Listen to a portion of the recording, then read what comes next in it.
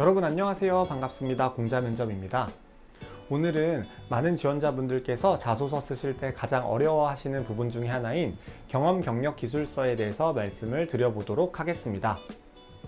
자소서 쓰실 때 가장 어려우시죠?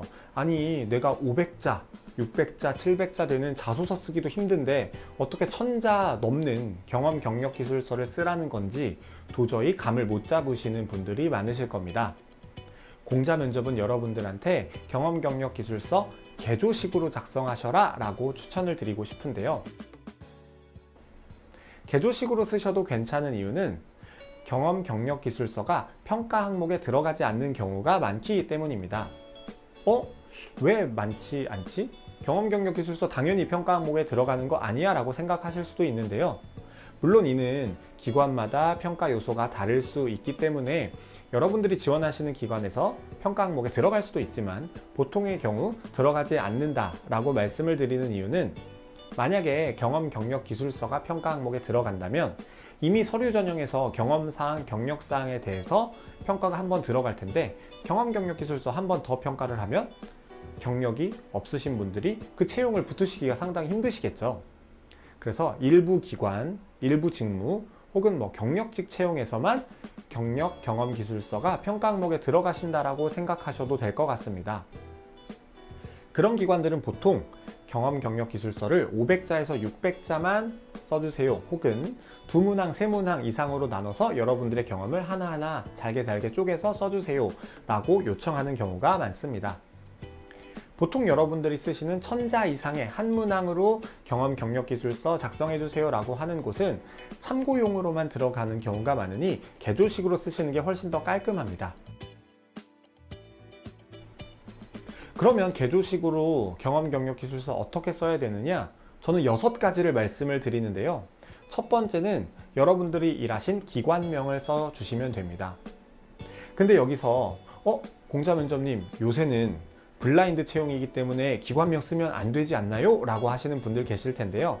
그게 좀 찜찜하다 싶으시면 땡땡공사, 땡땡공단, 땡땡 편의점 이런 식으로 앞에 땡땡 혹은 XX 이런 식으로 자체 모자이크를 해주시면 좋을 것 같습니다.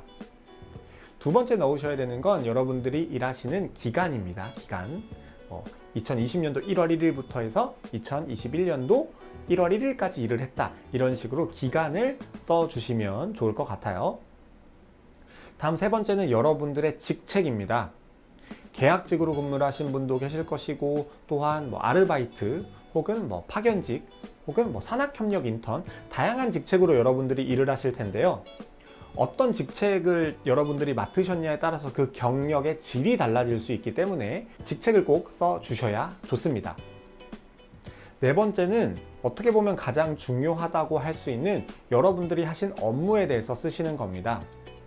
업무는요, 한 가지 하셨으면 한 가지 쓰셔도 되지만 2가지, 3가지, 4가지 쓰셔도 무방합니다. 그리고 다섯 번째는 여러분들이 쓰신 그 업무에 따라서 여러분들의 성과를 써주시는 겁니다.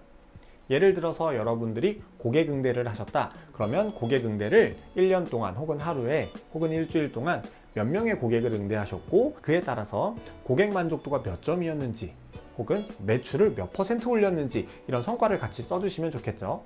마지막 6번째는 어떤 것이냐, 그 업무를 통해서 혹은 여러분들의 성과를 통해서 어떤 걸 배웠는지, 어떤 걸 깨달았는지 써주시는 겁니다. 그렇게 6가지를 쓰시면 여러분들이 하신 경험이나 경력에 대해서 상당히 일목요연하게 정리가 되실 겁니다. 만약에 그래도 좀 감을 못 잡으시겠다, 예시 알려주시면 안 돼요 라고 하신다면, 제가 이 밑에 고정 댓글로 공자면접이 블로그에 정리해 놓은 경험기술서와 경력기술서 예시를 올려드릴 테니까요, 그 부분 참고하시면 좋을 것 같습니다. 경험 경력 기술서 쓰시기 상당히 어려우실 텐데, 개조식으로 한 번만 정확하게 제대로 정리를 해 놓으시면 여러분들이 서류를 지원하실 때마다 한 번 쓰신 여러분들의 정확한 경험 경력 기술서를 통해서 굳이 시간 낭비하지 않으실 수 있을 거라고 생각을 합니다. 그래서 시간 낭비라고 생각하지 마시고 한번 정확하게 경험 경력 기술서 정리해 놓으시기 바랍니다. 그럼 다음에 또 다른 영상으로 뵙도록 하겠습니다. 여러분 다음에 만나요. 안녕.